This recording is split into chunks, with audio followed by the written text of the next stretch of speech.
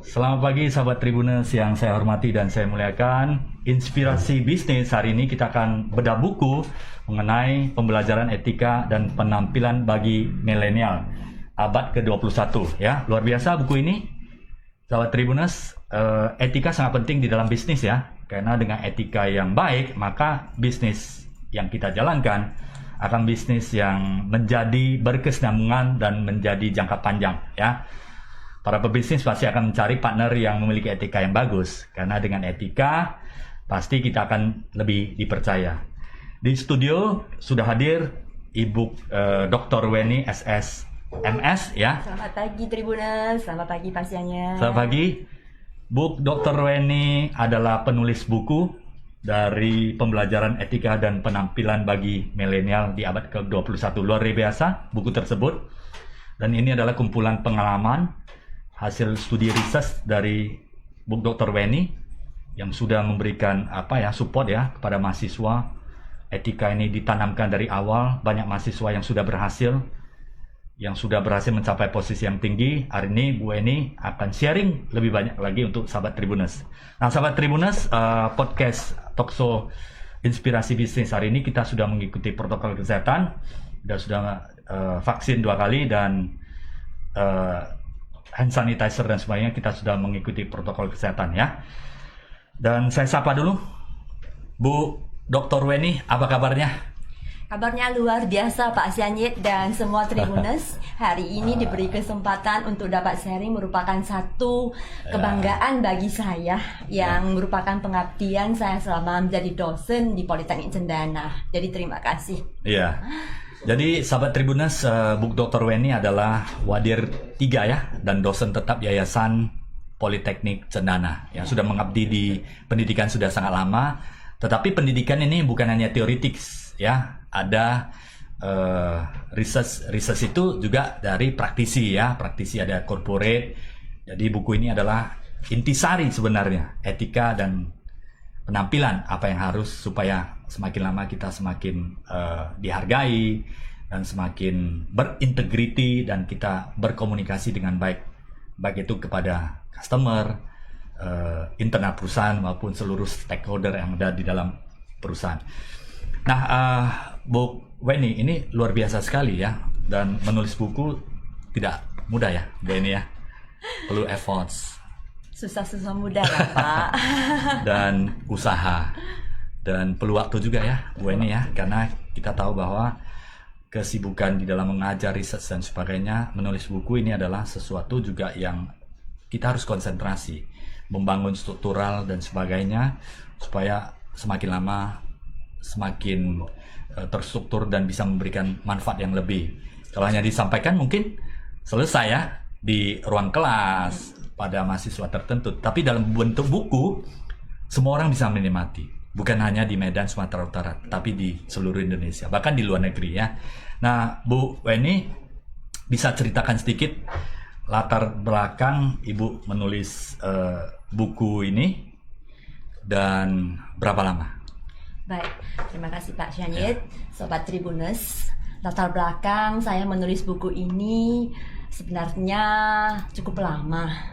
Saya berpikir dan saya bersyukur kepada Tuhan Yang Maha Esa karena telah diberi kesempatan untuk dapat menuliskan sebuah buku pembelajaran etika dan penampilan bagi milenial abad 21. Nah, diawali dengan setelah mengajar selama hampir 20 tahun di dunia pendidikan, saya menyadari kalau selesai mengajar, mungkin mahasiswa-mahasiswi pada waktu itu sangat semangat untuk melakukan kegiatan etika dan juga berpenampilan baik dan bagus. Namun mungkin setelah itu 1 minggu, 2 minggu, sebulan, bahkan setahun, mereka akan melupakannya. Seperti halnya kita mengikuti seminar seminar motivasi yang luar biasa ya, yang kita itu biasanya sampai bisa meluap kegembiraannya, bisa lompat-lompat kadang-kadang ya, dan ceria. Nah, itu sangat memotivasi kita melakukan semua hal. Namun setelah itu mungkin kita melupakannya.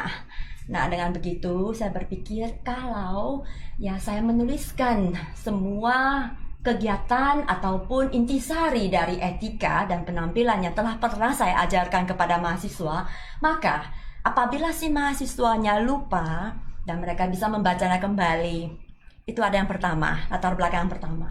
Sehingga mereka setiap kali ingin mempraktekkan etika di dalam masyarakat, kemudian penampilan, maka mereka bisa membuka dan membacanya kembali untuk mengingatnya. Namun yang kedua adalah saya bersyukur karena selama pandemik ini saya diberikan waktu yang lebih banyak untuk bisa mengintrospeksi diri saya sendiri. Yang biasanya kegiatan kami itu sangat banyak ya Pak ya. Dari mulai harus berpresentasi ke sekolah, memberikan meeting, training, mengajar. Ya namun karena selama pandemik kami lebih banyak di rumah Pak. Ya mengajarnya juga online seperti itu. Maka terpikir oleh saya, mengapa tidak saya habiskan waktu itu dengan menulis buku. Di samping kalau menulis tesis, skripsi, bahkan disertasi telah saya lalui dan selesai. Maka dengan itu ini adalah latar belakang kedua. Latar belakang ketiga adalah saya termotivasi dengan teman-teman sekitar saya, terutama Pak Xianyet yang juga telah pernah menulis buku, teman-teman saya yang lain, ya yang juga mereka menulis buku dan mereka mengatakan Weni, ya kami menunggu ya supaya bisa menerbitkan dan menulis satu buku untuk masyarakat. Nah, inilah sebenarnya hal-hal yang menjadi latar belakang bagi saya untuk menulis. Di samping itu, dorongan dari keluarga. Keluarga memberikan dorongan, kasih sayang pada saya ya untuk bisa menuliskan sebuah buku. Luar biasa. Itu Pak. Luar biasa. Jadi ya, sahabat Tribuners ya, ini menarik sekali ya. Buku adalah intisari sebenarnya apa yang bagus kemudian dirangkumkan dan buku ini akan menjadi sepanjang masa ya Bu Eni. Dan mudah-mudahan sahabat Tribuners ya, mahasiswa-mahasiswa dimanapun Anda berada, etika ini sangat penting ya. Bagi yang belum mendapatkan buku ini silakan bisa dicari di mana Bu Weni? Di www.guetpedia.com dan juga bisa membeli langsung dari bagian pemasarannya saya. Oke ya. Ya, nanti sahabat Tribuners bisa di guetpedia.com ya, atau nanti bisa dan juga di Politeknik Cendana. Di Politeknik Cendana ya. Jadi luar biasa sekali. Nah, sahabat Tribuners, kita akan gali lebih dalam lagi mengenai isi buku ini. Isi buku ini memiliki 15 bagian utama ya. 15 bagian utama, dan di bagian terakhir itu ada pengalaman dari young leader. Artinya pemimpin-pemimpin muda yang berbakat, yang profesional, yang sudah teruji di seluruh Indonesia ya. Bahkan beberapa kali saya jumpa ini di beberapa office tower di Jakarta. Saya tanya, dari mana Anda? Oh, saya pernah kuliah di Medan. Itu ada kuliah di Cendana seperti itu. Ya, luar biasa sekali ya. Jadi Cendana ini bukan hanya di mahasiswanya bukan hanya di Medan, tetapi melihat juga banyak ya kota-kota besar yang kuliah di Cendana. Jadi di bab terakhir itu, di bagian terakhir itu ada yang leader yang sudah teruji. Nah, tidak terlepas daripada etika. Sekali lagi ya sahabat Tribuners, berbisnis profesional dimanapun kita berada, jikalau kita memiliki etika dan karakter yang bagus, maka kita akan lebih mudah diterima dan lebih mudah dipercaya. Selanjutnya tergantung kepada kemampuan skill kita untuk membuat kita menjadi berhasil ya. Etika dan kemudian karakter adalah pintu kita untuk masuk dan pintu kita untuk stay on the top untuk jangka waktu yang lama. Kita akan bahas satu persatu ya, Bu Eni. Saya akan sharing ya. Boleh. Biar sahabat Tribuners juga gampang bacanya, gampang mungkin ya bisa dapat sebagian intisari daripada buku tersebut. Di bagian pertama ada bagian 1, 2, 3 itu ada type of lecturing dan asal-usul etika dan cerita tentang si buta. Mungkin Bu Eni bisa ceritakan sedikit ya. Jadi sahabat Tribuners, nanti 15 bagian ini akan diintisarikan oleh Bu Eni sehingga akan mempermudah bagi sahabat Tribuners untuk mengenal lebih detail mengenai buku pembelajaran etika dan penampilan bagi milenial. Bu Eni silakan. 3 bagian yang pertama ya. Baik, terima kasih Pak Xianyet. Saya akan mulai dengan step of lecturing. Step of lecturing ini saya bahas mengenai bagaimana kegiatan saya mengajar dari awal.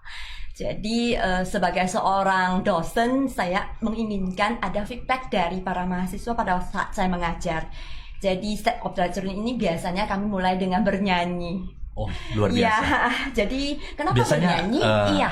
lagu yang dipilih apakah ada lagu khusus atau seperti Benar. apa? Jadi diberikan satu kesempatan bagi kami untuk memilih sendiri. Jadi Oke. sebagai dosen saya memilih lagu-lagu yang motivasi. Bisa sedikit nyanyikan Bu Eni? Iya. Sedikit aja, mungkin 1-2 baris. Oke, baik. Mungkin lagu-lagu motivasi Oke. seperti Heroes, Oh, Hero, ya, ya. Oke, seperti oke. We Are the Ya, Champion, itu sesuatu yang sangat inspiring. ya. Jadi lagu-lagu seperti itu biasanya kami akan putar dan nyanyikan bersama dengan mahasiswa, sehingga mahasiswa itu akan lebih santai dan Oke. akan lebih rileks ya, Ya. karena itu akan mengasah otak kiri dan otak kanan mereka untuk siap apa yang akan diberikan dosen nantinya kepada mereka. Oke. Itu yang pertama di set of lecturing. Kemudian di dalam pengajaran saya lebih suka memberikan praktek. Oke. Ya, jadi dalam pengajaran etika dan penampilan lebih banyak saya mengutamakan praktek kepada mahasiswa. Jadi kalau mengatakan mengenai etika, definisi etika yaitu sopan santun, disiplin, bagaimana menghormati orang yang lebih tua, bagaimana memberikan pelayanan, dan lain sebagainya. Itu mungkin hanya teori ya, Pak. Ya. Namun kalau di prakteknya itu lain. Mereka harus melakukannya Iya. dan mereka harus siap bagaimana menghadapi situasi yang ada di lapangan. Oke, oke. Nah, itulah hal-hal yang bisa saya sebutkan di dalam pengajaran step of lecturing dan definisi etika.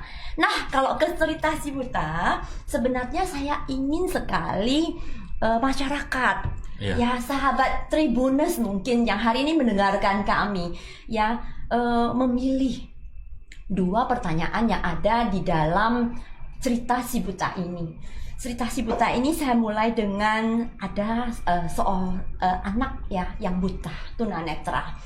Ya, karena dia tunanetra maka tidak ada pekerjaan, maka dia mengemis. Ya, yang dia lakukan adalah dia duduk di lantai di emperan toko yang belum dibuka pagi-pagi ya dengan menaruh satu topi di depannya. Ya biasa ya orang-orang pergi bekerja lalu lalang di jalan itu. Ada yang ikhlas memberi, menaruh beberapa koin di topinya, tapi ada juga yang melewatinya dengan biasa tanpa menyadari itu ada orang yang meminta-minta karena buta. Namun ya di pagi yang cerah itu ada seorang ya yang lewat dan melihat ada topi dan anak yang tunanetra. Beliau melihat kemudian mengambil pulpen dan menuliskan kata-kata ya di secari kertas. Namun sebelumnya ya anaknya buta ini telah menuliskan satu kata-kata juga. Kalimat itu adalah saya buta, tolong bantu. Itulah kata-kata yang ditulis oleh anaknya buta. Nah, tetapi ya si orang yang melewat ini membalik kertas tersebut dan menuliskan kata-kata yang lain. Nah, dan ditaruhnya di sana supaya orang yang lalu lalang bisa melihat. Nah, apa yang terjadi? Yang terjadi adalah sepanjang hari banyak orang lalu lalang dan memberikan sedekah kepada anak yang buta ini. Nah, sore harinya orang yang telah menuliskan kalimat tersebut datang dan anak buta ini bisa merasakan kehadirannya dan bertanya, Pak, apakah Anda yang tadi pagi menuliskan sesuatu di kertas saya? Sehingga hari ini saya merasakan berkah yang luar biasa. Banyak sekali orang memberikan saya sedekah dan saya sangat berterima kasih kepada Bapak. Bolehkah Pak saya tahu apa yang Bapak tuliskan di kertas saya? Karena dia buta ya, nggak bisa Benar, membaca. karena dia buta tunanetra. Bapak tersebut tersenyum dan mengatakan kepada si anak yang buta, sebenarnya saya tidak menuliskan apa-apa. Saya hanya mengganti kata-kata yang ada di kertasmu. Nah, apa yang beliau ganti? Oke, pertanyaan pertama yang diberikan kepada Anda adalah ya sama. Oke, di dalam kertas pertama yang ditulis oleh anak yang tunanetra adalah saya buta, tolong bantu. Namun yang diganti oleh si bapak adalah hari ini adalah hari yang sangat cerah, namun saya tidak dapat melihatnya. Nah, kedua kalimat ini sebenarnya artinya sama. Namun yang pertama ini hanya meminta bantuan kepada orang lain dan mengatakan kalau dirinya buta. Sedangkan kalimat kedua adalah mencerminkan kalau kita sebagai seorang manusia sangat bersyukur. Kenapa? Karena kita masih diberikan Tuhan untuk melihat hari yang cerah, langit yang biru, ya matahari yang dapat menyinari tubuh kita. Ya, dan kita bisa melakukan sesuatu untuk membantu si anak. Dan tidak ada alasan bagi kita untuk tidak berbuat yang baik ya. Setuju, Pak. Dan tidak ada alasan sebenarnya kalau kita yang sehat-sehat ini diberikan karunia yang Luar sangat biasa, lengkap ini, iya. tidak melakukan sesuatu untuk memperbaiki hal-hal yang lebih baik lagi ke depannya ya. Iya. Jadi sahabat Tribuners ini sangat inspiring. Jadi bagaimana kita hidup, pancarkanlah sesuatu yang bermanfaat bagi orang banyak. Seperti Bu Dr. Weni ya, memancarkan selalu sesuatu yang bermanfaat bagi banyak orang, bukan hanya di kampus, di kelas, tetapi melalui buku-buku. Melalui buku ini mudah-mudahan ini sudah dipastikan pasti akan bermanfaat bagi banyak orang ya. Dan ini adalah intisari ya, ini sebuah cerita yang sangat menyentuh ya, artinya menarik simpati tetapi tidak menunjukkan bahwa kita lemah gitu. Benar ya. Pak ya. Jadi inilah sebenarnya salah satu praktek dari etika yang bisa kita lakukan. Jadi di dalam beretika itu banyak sekali etika-etika yang bisa kita lakukan dengan mungkin tidak hanya menolong, membantu, memberikan uang, moral maupun material, tapi kita bisa mengganti kata-kata yang bagus. Yang menyejukkan, yang memotivasi hati orang lain. Ya. Setuju Pak.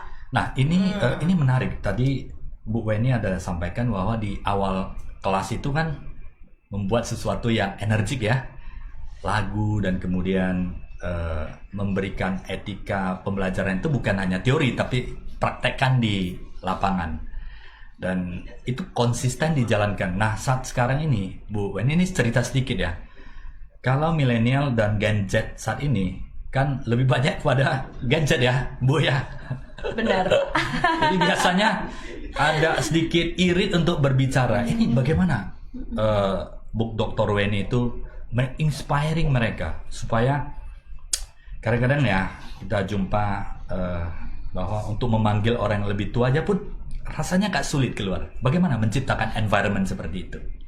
Baik Pak, saya setuju dengan apa yang dikatakan Pak Syahid barusan ya, karena pemakaian gadget yang luar biasa banyak sekarang ya. Jadi anak-anak milenial merasa mereka itu jadi antisosial. Betul. Ya, ini sebuah apa ya persoalan fenomena bagi kita bersama. Apalagi benar. Next ya Bu Weni, dunia menjadi dunia digital ya. Bahkan sekarang sudah muncul metaverse gitu ya. Metaverse itu akan memungkinkan orang tidak berinteraksi langsung tapi interaksi di dunia maya. Sedangkan etika itu kan harus dipraktekkan. Benar. Jadi kalau menurut saya etika itu dimulai dari keluarga kita. Oke. Ya, jadi dimanapun kita berada menjadi seorang keluarga itu yang kita mulai adalah keluarga kita sendiri. Mendidik anak-anak mulai dari etika, ya memberikan mereka satu contoh yang baik. Kalau untuk memakan gadget, saya rasa ya kalau di keluarga kami, kalau sudah duduk bareng-bareng ya makan bersama, handphone itu tidak boleh diletakkan di meja makan. Ya, jadi kami mulai etikanya dari keluarga kami sendiri. Pada waktu makan, gadget jangan diletakkan di meja. Ada kesepakatan ya, ada kesepakatan di antara kami di keluarga, suami dan anak-anak. Jadi mereka tuh benar-benar menikmati makan, bersyukur. Kemudian kami ajak bicara. Seperti itu, ya tentu saja sebagai pengajar dan pendidik, ya anak-anak akan belajar di sekolah. Jadi di sini juga saya menghimbau kepada guru-guru, kepada dosen-dosen, ya spesialis yang mengajar etika juga sama seperti saya, ya memberikan contoh kepada murid-murid kita dan juga mahasiswa-mahasiswi kita, ya agar mereka itu bisa menyadari kalau mereka berada di ruang kelas ataupun di Zoom meeting dengan dosennya. Jadi yang diperhatikan adalah dosen itu berbicara dan mereka bisa menanggapi sehingga terjadilah feedback dua arah, bukan hanya si dosen yang bercerita saja, karena sekarang zamannya kita adalah student learning center dan bukan lagi lecturer learning center. Artinya harus ada dua belah pihak yang sama-sama mengerti dan ada question and answer, ada interaksinya. Benar setuju. Saat ini juga mahasiswa juga sangat super pintar. karena bisa mengakses informasi. Kalau sebelumnya hanya di buku ya Bu Eni ya, mungkin masih 15 tahun, 20 tahun, 10 tahun yang lalu, buku itu masih sesuatu yang sangat menarik ya, walaupun sampai saat ini juga menarik. Ya. Tapi karena sudah ada berkembang sosial media, YouTube dan sebagainya, akses informasi itu makin cepat. Bisa-bisa mahasiswa menjadi lebih tahu apa yang ingin disampaikan. Menjadi interaksi menjadi jauh lebih penting sebagai dosen ya, inspiring Setuju, Pak. mereka ya. Iya, setuju. Kadang-kadang bisa mereka lebih pintar ya. Benar, Pernah benar. dihadapi seperti itu? Bu? Kalau saya pribadi merasa sekarang kami belajar dengan mereka. Ya, Apalagi yang kaitan dengan teknologi. Iya, jadi saya dengan jujur mengatakan sebenarnya saya banyak belajar dari mahasiswa saya. Ya, dan saya senang. Artinya kami ini tidak monoton mengajar Dan itu hal-hal. harus Iya. lepaskan ego yang maha tahu menjadi partnership ya Bu. Benar ya, jadi mahasiswa di kelas itu mungkin mahasiswa, tapi kalau di luar tuh kita harus menganggap mereka sebagai adik kita, bahkan anak kita dan teman baik kita, sahabat ya, yang mereka bisa kita rangkul, kita sayang, dan mereka bisa saling memberi. Dan ini sudah saya rasakan selama mengajar hampir 18 tahun di Politeknik Cendana. Banyak sekali cendana yang leader, mereka di usia yang sangat muda, belum mencapai 30 tahun, mereka itu sukses di karirnya dan di bisnisnya. Karena telah menjalankan banyak sekali etika dan penampilan yang sesuai dengan apa yang mereka rasakan. Luar Jadi biasa. bermanfaat. Iya, sangat menarik Bu Eni. Memang research dari Bu Eni seperti itu ya. Artinya orang-orang yang berkarakter bagus, beretika bagus, pasti dimanapun kita berada lebih mudah untuk diterima. Setuju. Dan lebih mudah untuk dipercaya. Kita sendiri aja lah sahabat Tribuners. Misalnya Anda dipilih, diberikan kesempatan untuk berpartner bisnis atau melakukan kerjasama dengan teman-teman, rekan-rekan bisnis Anda, pasti akan pilih yang jujur, beretika, daripada pilih yang mungkin tidak bisa dipercaya, mungkin atau kurang tepat janjinya seperti itu ya. Nah ini kita lanjut karena ada 15 bagian ini, buat sangat menarik ya. Jadi mudah-mudahan dalam talkshow pagi hari ini semua terangkum padat dan bermanfaat. Nah ini yang bagian ke-4, 5, 6 ada introvert, extrovert, etika berkenalan, dan kemudian pengembangan diri. Ini intisarinya seperti apa, Bu Dr. Weni? Baik Pak. Jadi sebelum saya benar-benar mengajarkan etika kepada mahasiswa dan mungkin kepada masyarakat umum, sebenarnya saya ingin mereka mengerti sebenarnya karakter mereka itu apa. Ya, dari di dalam pengajaran kepribadian ada dua karakter yang telah kita ketahui, yaitu karakter introvert dan extrovert. Introvert ini adalah orang yang lebih pendiam, pemikir, kalau saya katakan ya biasanya lebih hebat di finansial. Ya, mereka tuh tidak suka banyak teman, namun sahabat mereka merupakan orang-orang yang paling setia di dalam kehidupan mereka. Yang mereka dapat mengerjakan banyak sekali pekerjaan dengan diri mereka sendiri. Dan saya yakin dan percaya banyak di antara mereka yang berhasil di dalam dunianya, mencapai titik tertinggi ya sebagai pebisnis, sebagai orang-orang yang punya profesi yang luar biasa. Nah, dengan begitu saya ingin mahasiswa itu mengetahui siapa mereka, apakah mereka introvert atau extrovert. Nah, kalau berbicara mengenai extrovert, yaitu orang-orang yang suka sekali ya berinteraksi dengan orang lain. Ya, mereka suka di dunia marketing, di sales. Ya, mereka adalah orang-orang yang punya banyak teman. Ya, di mana-mana mereka bisa berteman, mereka fleksibel, dan mereka itu biasanya adalah orang-orang yang bisa menjadi leader. Ya, karena mereka itu kalau berbicara itu biasanya memotivasi orang lain. Nah, di sini saya sendiri harus memperkenalkan diri saya itu apa. Ya, karena mahasiswa harus tahu dulu dosennya itu siapa. Sebelum mereka pribadi berani mengatakan saya introvert, Bu, atau saya extrovert, Bu, gitu. Terus saya akan mengatakan, Pak, kalau Bapak terkah nih, Sudah pasti extrovert.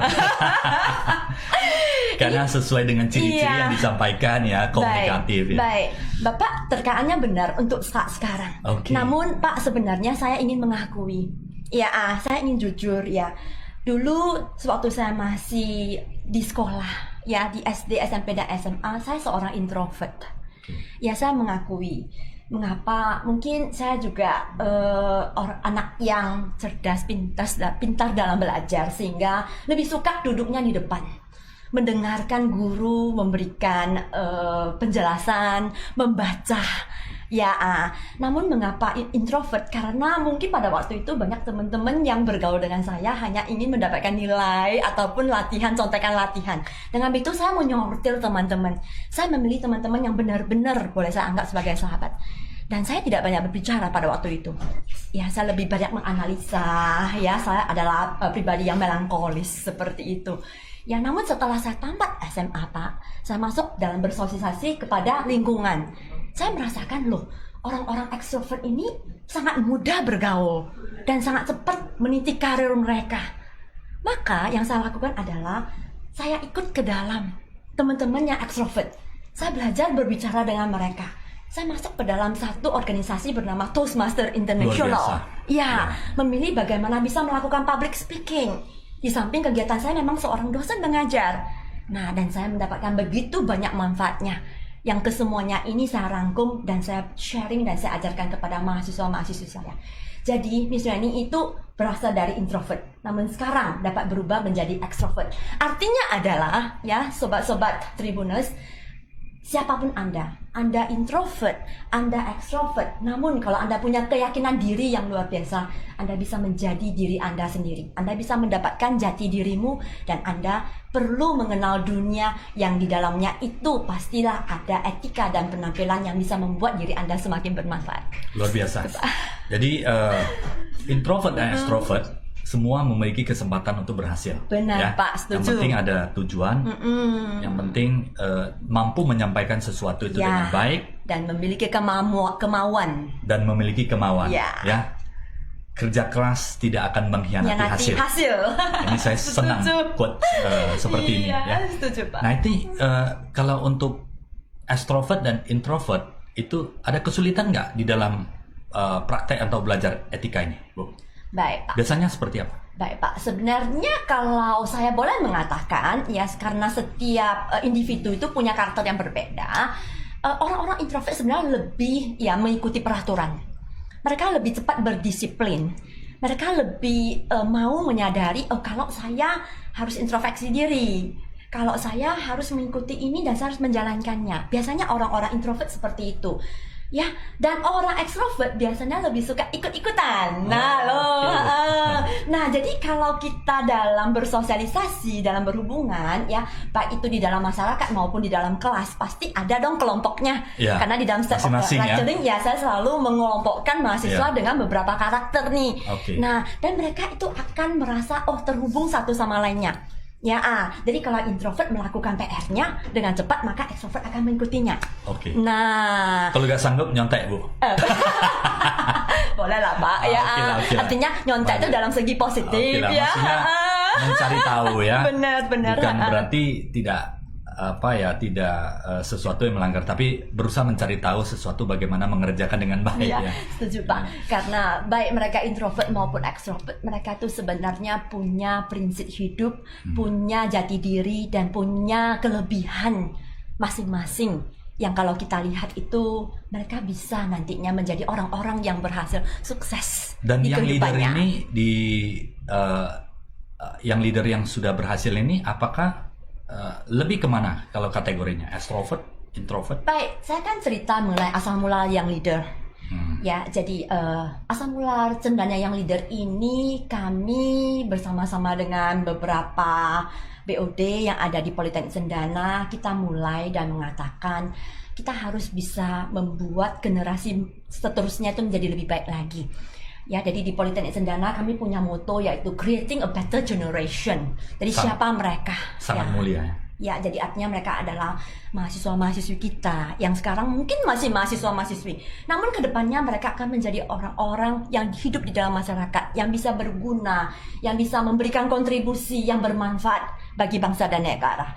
Dengan itu kita mengapresiasi mereka. Dengan kalau mereka bisa mendapatkan karir yang bagus, bisa menjadi pemimpin di dalam perusahaan tempat mereka bekerja, dan yang paling penting adalah mereka punya attitude yang bagus.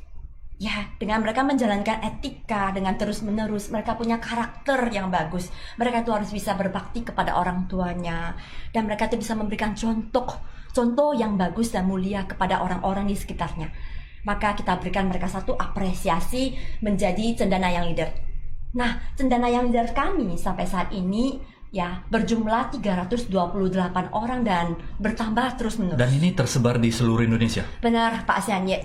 Jadi cendana yang leader ini tersebar di mana-mana di seluruh dunia. Bahkan ada yang berada di Paris sekarang bernama Lisnawati, ya mempunyai karir yang luar biasa, menduduki posisi di perhotelan. Ya masih muda. Ada di New Zealand. Ya, bekerja sebagai manajer di Tour and Tourism. Pada saat saya berada di New Zealand, beliaulah Mawarni Kurniawan yang membawa saya keliling New Zealand. Ya, kemudian ada beberapa yang di Singapura seperti Claudie, ya Mary, ya dan di Jakarta banyak ada Kumala Dewi, ya dan tersebar di mana-mana. Dan saya sangat bangga kepada mereka karena mereka bisa mencapai karir mereka dengan begitu bagus dan cepat. Sebelum mereka berusia 30 tahun. Berarti before 30 mereka udah mencapai ya sesuatu yang mungkin yang sangat ya dikatakan adalah perlu effort yang sangat tinggi ya. Benar. Bu Weni ya. Pak, saya selalu bertanya kepada mahasiswa. Anda ingin sukses di usia berapa ya? Nah, biasanya mereka terdiam. Mereka merenung. Saya kan mengatakan Anda punya dua pilihan. Ya, biasanya orang yang sukses itu adalah yang telah menjadi bapak-bapak bahkan akong-akong ya menjadi kakek atau nenek ya. Jadi sukses mereka itu adalah mereka itu sudah menafkahi keluarganya sehingga anak-anaknya berhasil. Nah, itu sukses bagi mereka. Dan biasanya kalau anak-anak kita udah besar, berarti usia kita nih berapa nih? Kalau enggak 50, ya 60, ya nah, sukses. Namun, kalau saya boleh challenge mereka, ya sukses dong di usia sebelum 30. Nah, setelah Anda sukses, berarti Anda sudah bisa mengkontribusikan lebih banyak lagi di usia Anda yang 40, 50, 60 untuk masyarakat, bangsa dan negara. Dan yang namanya sukses itu bukan dinilai dari berapa banyak uangmu, berapa banyak kekayaanmu. Namun sukses itu adalah apa yang menjadi step bagi kehidupanmu, cita-citamu yang bisa Anda bawakan nanti dan menjadi satu harkat dan martabat bagi keluargamu dan masyarakat. Yang bisa mengharumkan nama alma mater keluarga ya, itu merupakan salah satu dikatakan indikator ya. Benar, kesuksesan, Pak. Bukan hanya uang. Benar Pak, dan itu telah dibuktikan oleh semua cendana yang leader yang mereka itu menamatkan kuliahnya di Politeknik Cendana. Dan saya bangga dengan mereka. Apabila hari ini mereka mendengarkan kita ya dengan sobat-sobat Tribuners yang sudah hari ini stay tune dengan kita, saya berharap mereka itu tetap semangat ya menjalankan apa yang telah mereka pelajari di etika dan penampilan, dan juga mereka itu harus benar-benar kembali ya, sukses itu harus dibarengi dengan happiness, kebahagiaan dan juga kemuliaan, dan mereka harus tetap humble Pak, harus rendah hati ya di dalam menjalankan kegiatan mereka sehari-hari. Artinya harus memiliki berbuat sesuatu yang bermanfaat bagi orang banyak, lingkungan yang lebih besar lagi, impact yang positif ya dimanapun mereka berada. How to connecting with them semuanya. Ini kan sulit ini 300. Ada yang di New Zealand 328 orang ini ya, dan terus bertambah. Bagaimana connecting dengan mereka para alumni dan bisa stay communication secara intens? Baik Pak, berhubung saya dipercayakan sebagai Wadir 3 di Politeknik Cendana ya, saya adalah orang yang bisa connect ke para alumni semua karena bidang saya adalah kemahasiswaan, pusat karir dan tracer study. Luar biasa. Nah, jadi di tracer study ini kita trace back, kita trace mereka kembali, mereka ada di mana, mereka bekerja di mana. Dan di pusat karir, Weni bekerja sama dengan perusahaan-perusahaan besar yang rupanya banyak sekali cendana yang itu mempunyai perusahaan tersebut, memiliki perusahaan tersebut. Mereka adalah owner. Iya benar. Luar biasa. Ya? Nah, salah satunya mungkin dari K3 Mat ya, ada Oke. Ya. Dan ini beberapa teman saya juga ini Pak Richard, ini luar biasa. Ya. Sekarang ada sudah banyak MC ini. Bensu ya, Benny Suhanda di entertainment ya, dan masih ada Klana Limser ya sebagai trainernya untuk putri-putri Indonesia. Luar ya. biasa. Dan dengan begitu mereka juga punya teman ya, yang dulunya juga sama-sama apakah pernah dikumpulin semuanya Bu? Kalau semuanya Pak mungkin belum bisa ya Pak. Apalagi karena masih pandemik Iya, seperti iya, iya. ini ya. Namun setiap kali kita punya waktu ya, Sharing, saya akan undang mereka untuk sharing kepada junior-junior mereka di kampus Politek Cendana. Kita selalu juga membuat acara seperti ini, streaming dari IG live ya. Kemudian kita membuat Passion of Week ya, di mana kita mengundang kembali Cendana yang leader untuk berkontribusi ya, untuk memberikan motivasi kepada adik-adik kelas, bahkan untuk masyarakat ya. Luar biasa Bu Eni. Jadi tetap komunikasi antara alumni, rekan-rekan dosen dan semuanya ini satu tidak lagi, terputus Pak, ya. Kak, saya juga membuat satu grup ya, satu grup di WhatsApp nih, yaitu para cendana yang leader yang saya masukkan ke dalam satu grup, sehingga kalau ada informasi apa ya, ada hal-hal yang berhubungan dengan bisnis, dengan pelayanan ya, dan marketing, mereka akan sharing kepada kita. Jadi kita saling mendukung Dan seperti saling itu. mendukung dan memberikan informasi yang bermanfaat ya.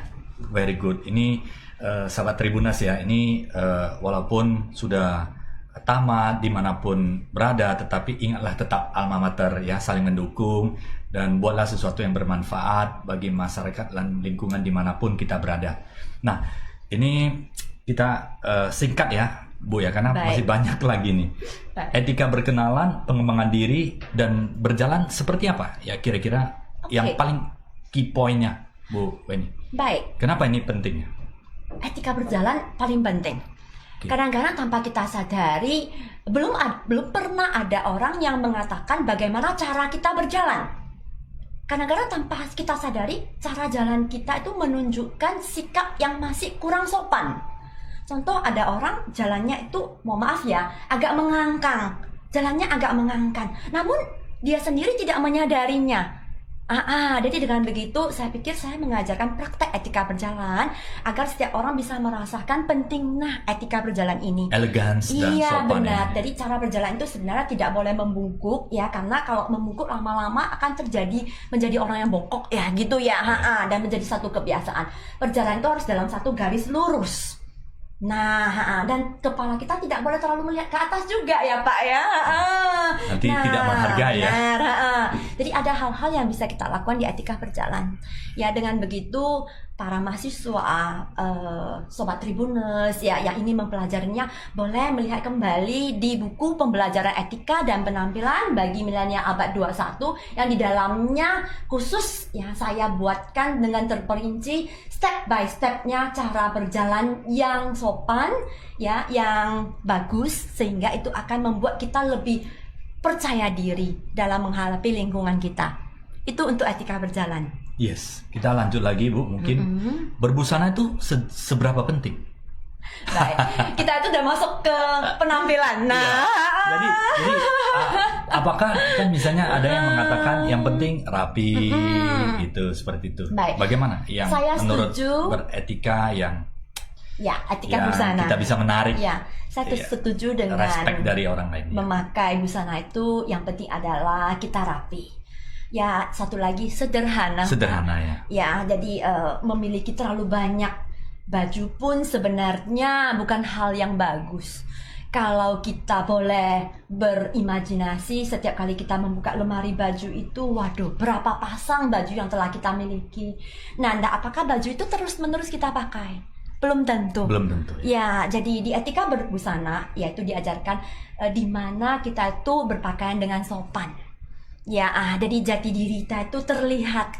Ya, jadi jok sopan, bersih. Ya, jangan sampai mahasiswa-mahasiswi ya itu makan, setelah itu ya belepotan dengan mungkin cabai atau kopi. Ya, itu harus segera dibersihkan.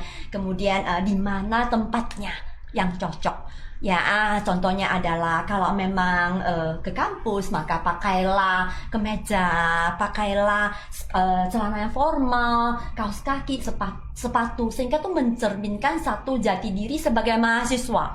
Nah, bahkan orang tua mereka juga akan merasakan, wah, sekarang anak-anak saya berubah lah. Dulu waktu di sekolah selalu pakai jeans belel seperti itu ya, pakai kaos oblong ya, kemudian tidak rapi ya, bajunya itu selalu dilipat-lipat kiri kanan. Sekarang menjadi rapi. Iya, Dan itu ada rajianya, Bu. Iya. Dan itu menjadikan mereka profesional. Oke. Kan diajarin bagaimana supaya rapi, tidak melipat dan sebagainya. Kemudian rapi, sopan ya. Dan awal-awalnya how to change mereka. Oke. Misalnya kan dari awal kan ada yang lipat, mungkin ada yang panjang, ada yang pendek. Bagaimana? Awalnya kan kita nggak bisa seragamkan semuanya karena berbeda latar belakang budaya dari orang tua masing-masing. Benar. Ada yang profesional pedagang, ada yang tidak peduli terhadap ini. Yang penting berbisnis dan sebagainya. Bagaimana membuat ini semuanya menjadi rapi? Apakah razia? Pertanyaannya benar. Jadi kami dibantu oleh semua tim yang ada di Politeknik Cendana membuat satu sistem dan peraturan bagi mahasiswa-mahasiswi yang hadir ke kampus ya. Mereka itu dari awal sudah dilihat dan dinilai dari penampilannya. Ya, jadi bagi yang datang mahasiswa-mahasiswi memakai sandal maka otomatis tidak bisa diberikan izin masuk oleh security. Okay. Jadi mulai dari security loh. Nah, kalau ingin masuk ke ruangan tempat Miss Weni mengajar, maka Miss Weni-nya berdiri di depan nih. Jadi saya lihat dulu, oh ini masuknya ke kelas etika dan penampilan. Nah, untuk masuk ke kelas etika dan penampilan maka harus punya penampilan yang bagus dulu. Seperti itu. Siap. Menarik sekali. Dan ini kalau makan, kemudian bagaimana ini bentuk wajah dan sebagainya juga perlu ada etika yang baik. Baik, itu termasuk ke dalam etika. Ya, kalau boleh saya menjelaskan, Weni latar belakangnya dulu dari perhotelan. Ya, jadi table manner itu merupakan satu hal yang harus kita sadari dan penting. Jadi seperti sebelum kita makan, yang paling penting adalah kita bisa bersyukur kepada Tuhan ya atas ridhonya lah kita dapat duduk ya dan dapat menikmati makanan kita. Dengan begitu ya rasa syukur itu harus kita panjatkan sebelum makan. Kemudian di dalam etika table manner ya sendok, piring, garpu itu tidak boleh bergeser dan mengeluarkan bunyi yang kuat ya. Kemudian ambillah makanan sesuai dengan porsi masing-masing ya, dimakan sampai selesai. Ya, membuang makanan adalah merupakan salah satu bentuk etika yang kurang bagus yang harus kita sadari. Sehingga kita itu yakin dan percaya kita diberikan kesempatan untuk bisa menyelesaikan makanan yang telah kita ambil. Mungkin itu adalah etika makan yang saya sampaikan dalam buku pembelajaran dan mahasiswa-mahasiswi juga bisa mengamalkan dan melaksanakannya. Itu di etika makan, Pak. Oke, dan itu ada apa ya, Bu ya, di secara prakteknya, kabarnya di Politeknik Cendana juga ada tempat prakteknya untuk yang makan beretika, ada table manner yang mereka belajar. Kebetulan Politeknik Cendana didukung oleh Cendana Resto dan Cendana Homestay. Nah, jadi di Cendana Resto ini kita punya restoran yang mahasiswa-mahasiswi kalau punya kesempatan mereka suka dengan kegiatan hospitality ya, kita akan bantu mereka, arahkan supaya mereka banyak belajar melalui praktek di Cendana Restoran. Nah, bagi mahasiswa-mahasiswi yang ingin belajar mengenai perhotelan, kita juga memiliki fasilitas yaitu Cendana Homestay. Ya, bisa yang mulanya sebenarnya adalah untuk di mana mahasiswa-mahasiswi dari luar kota mereka memiliki tempat tinggal, akomodasi sehingga tidak perlu lagi setelah selesai kuliah pulang ya ke tempat kosnya yang jauh. Maka diadakan satu Cendana Homestay. Namun Cendana Homestay ini memiliki fasilitas layaknya hotel ya, tidak berbintang 5 sih Pak ya, namun dapatlah dijadikan tempat bagi mereka praktek untuk melakukan kegiatannya. Ya, bagi yang belum pernah melihat Politeknik Cendana dan Homestay Cendana, silakan ya mengunjungi di Jalan William Iskandar nomor 261.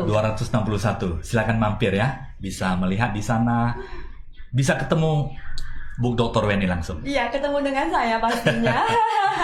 Oke, ini dua cerita yang terakhir ini, Bu. Baik, Pak. Kepemimpinan dari angsa dan kemudian kura-kura dan kelinci. Ini maknanya seperti apa?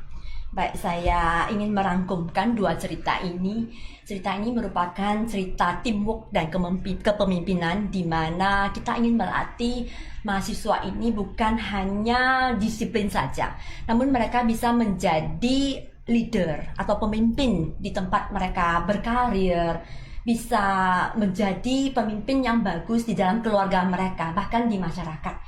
Jadi di cerita angsa ini saya pribadi sebenarnya merasakan pada waktu itu saya berada di New Zealand, satu negara yang dingin, dan saya melihat sekelompok burung, yaitu burung angsa, yang berterbangan dalam bentuk kelompok dan membentuk satu huruf V seperti itu. V ya, victory ya, artinya kemenangan. Nah, saya berpikir ini artinya apa ya? Kok bisa sekelompok burung angsa berterbang dengan membentuk huruf V? Namun setelah saya perhatikan lama-lama, loh, ada hal-hal yang terjadi. Setelah satu perjalanan, maka akan ada burung angsa di barisan kedua yang menggantikan angsa di depannya. Setelah saya pulang dari New Zealand, saya mencari buku, internet, dan saya merasakan, oh benar, apa yang terjadi. Jadi burung angsa ini juga punya teamwork, yaitu kepemimpinan, di mana timnya itu harus bergerak dengan arah yang cepat membentuk huruf V sehingga mereka berterbang dengan efisiensi yang bagus, setara, menghasilkan satu penerbangan yang cepat untuk menuju ke tempat yang lain. Itu yang pertama. Kemudian mereka akan berkotak, membuat satu suara yang ribut, itu artinya memotivasi. Ya, seperti kalau kita melihat perlombaan, kita kan bertepuk tangan nih. Ya, itu artinya adalah bagaimana memberikan semangat kepada leader kita. Namun setelah perjalanan yang panjang, maka leader harus bisa digantikan oleh orang lain apabila capek. Nah, maka di barisan kedua akan ada satu burung angsa lagi yang akan masuk menggantikan burung yang pertama. Jadi, dan ini ceritanya ya, silakan, lebih Pak. kepada teamwork ya. Benar, Pak. Jadi leadership yang bagus itu harus juga ada teamwork ya. Benar. Dimana pemimpin juga tidak boleh ego terlalu tinggi, Iya. tetapi ada saatnya juga harus di belakang untuk memberikan yang muda-muda ini yang kesempatan yang lain itu untuk maju supaya tetap fit terus untuk efisiensi di udara di mendukung, atas. saling kebersamaan mendukung, sehingga itu juga bisa membantu semua kelompok ya, semua anggota yang berada dalam tim tersebut dengan satu motonya team together achieve together, everybody achieve miracle. Yes. Jadi sebuah perusahaan, sebuah organisasi yang maju itu tidak bisa sendiri ya. Artinya harus memiliki tim yang bagus dan saling mendukung ke arah sana. Siapapun menjadi leader harus ada didukung, siapapun yang menjadi follower diberikan kesempatan supaya bisa menyatu untuk menghadapi era-era yang sangat katakanlah disrupsi dan sebagainya di depan supaya bisa menjadi top ya, menjadi mampu bersaing. Nah, ini yang terakhir, Bu. Baik. Cerita tentang kura-kura dan kelinci di dalam buku ini. Oke, baik. Cerita kura-kura dan kelinci ini sebenarnya adalah cerita di zaman kita. Zaman nenek kakek kita itu udah pernah bercerita. Ya, kura-kura itu lambat, kelinci itu cepat. Nah, namun ya sekarang saya ingin ya membuatnya menjadi lebih fleksibel sehingga ya mahasiswa-mahasiswi maupun anak-anak itu mereka bisa lebih menciptakan satu jati diri ya, meskipun saya lambat tapi saya bisa, meskipun saya cepat kalau saya tidak mengintrospeksi mungkin saya bisa gagal ya. Jadi cerita ini dimulai dengan yang pertama yang sudah pernah kita dengar ya, mungkin dari Upin Ipin ya. Mereka berlomba lari. Oke, ya kelinci dengan cepat berlari namun ya kilaf karena merasa dia paling cepat dan dia ketiduran. Kura-kura dengan lambatnya namun pasti ya memenangkan pertandingan. Itu versi pertama. Semua orang sudah tahu dengan versi itu. Ya artinya siapalah yang cepat dia akan menang. Namun ya beralih ke cerita kedua, yaitu sekarang si kelinci sudah mulai mengintrospeksi diri. Meskipun dia cepat, kalau dia kilaf, kalau dia tidak ya dia tidak sombong, maka dia sebenarnya sudah bisa juga. Ya, di cerita kedua ini ya kelinci dengan maksimal tidak lagi ketiduran di pohon ya kan, lari dengan kecepatan yang maksimal sehingga ya perlombaan kedua kelinci menang. Nah, kura-kura menyadari kalau saya mempunyai cangkang yang berat, meskipun saya berlari ya saya pun juga tidak akan bisa ya memenangkan perlombaan. Maka dia mencari strategi. Itulah yang kita linkkan dengan karakter introvert. Nah, si kura-kura mencari strategi bagaimana dia memilih rute yang berbeda. Rute apakah itu? Rute yang ada sungai. Nah, jadi rute itu seperti biasa mereka lomba lari yang ketiga kali, kelinci juga berlari dengan cepat sampailah di kali atau di sungai dan menyadari kalau saya tidak bisa berenang. Dia harus Oke. minta bantuan ya. Nah, si kura-kura ya dengan pasti meskipun lambat ya berenang melewati sungai tersebut dan ternyata memenangkan perlombaan lari. Nah, bagaimana? Artinya setiap orang punya kesempatan untuk bisa sukses, bisa menang. Dan terakhir, mereka melakukan satu pertandingan bersama-sama. They collaborate together. Daripada Anda yang menang, saya menang, ya kita jadinya selalu ada yang menang dan Berkompetisi, ada yang kalah ya, Ya. berkompetisi. Marilah kita sama-sama bersatu padu untuk memenangkan perlombaan ini. Jadi dilakukanlah bagaimana mereka berlari seperti biasa ya. Nah pastinya kelinci ya akan sampai di sungai. Namun kelinci menunggu kura-kura. Untuk lewati bersama. Benar, jadi karena kura-kura bisa berenang, maka kura-kura boleh menggendong si kelinci untuk melewati sungai tersebut. Sampai di tepian sungai, ya gantian. Karena kura-kura sudah capek berenang, maka kelinci akan menggendong kura-kura untuk berlari dan masuklah ke garis finish. Dan ini filosofisnya sangat tinggi ya sahabat Tribuners ya. Dari segi waktu sangat efisiensi mungkin Ya, time management. dengan kolaborasi seperti ini waktu akan cepat untuk menghasilkan sesuatu yang sangat tinggi ya. Setuju, dan teamworknya juga kelihatan dan mereka tidak bermusuhan lagi ya, mereka menjadi kolaborasi. Sebenarnya inilah yang ingin kita berikan kepada seluruh sobat Tribuners dan juga masyarakat ya, daripada kita berkompetisi dengan yang lain, Lebih baik kita berkolaborasi ya. rangkul dan berkolaborasi dan kita akan semakin maju, kita akan semakin berkembang ya, dan kita akan mempunyai semakin banyak sahabat di Luar dunia biasa. ini. Saya selama 1 jam ini belajar banyak dari Bu Weni, dan satu buku ini kupas tuntas dari bagian pertama ya, lecturing stepnya sampai kepada cerita kura-kura dan kelinci, sangat menginspirasi. Semoga ini menjadi pembelajaran ya, bukan hanya para mahasiswa tapi pembelajaran bagaimana kita bisa bersama ya.